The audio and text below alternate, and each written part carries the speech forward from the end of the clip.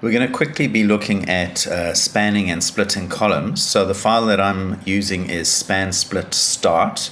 You can download it from the link in the description.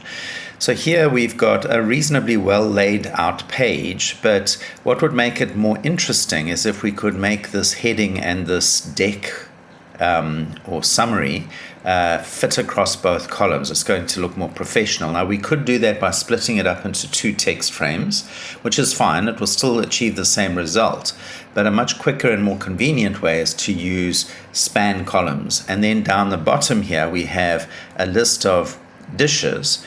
It would be much better if these were put into two columns here. It would just look more professional.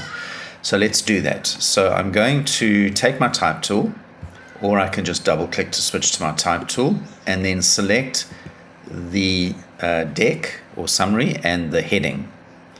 And then in the far right hand side of the control panel here, there's a little hamburger icon. I'm going to click on it, and I'm going to go down to span columns.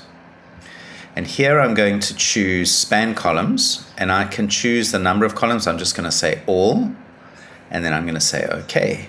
So now you can see that selected text is spanning the entire two columns. I could continue to format this and make it more attractive, but you get the idea. That's what span columns does. Split columns does the opposite. So down here I'm going to select this list. It's not actually a list, it's just items. And I'm going to go back to that little hamburger icon, and I'm going to choose span columns, and this time I'm going to choose split, and I'm going to say subcolumns 2. I'm going to set the inside gutter to 3 millimeters, and then OK. So you can see I now have that information split into two columns. So that's how span and split columns works. It can just make your text frame look more professional without having to create separate text frames.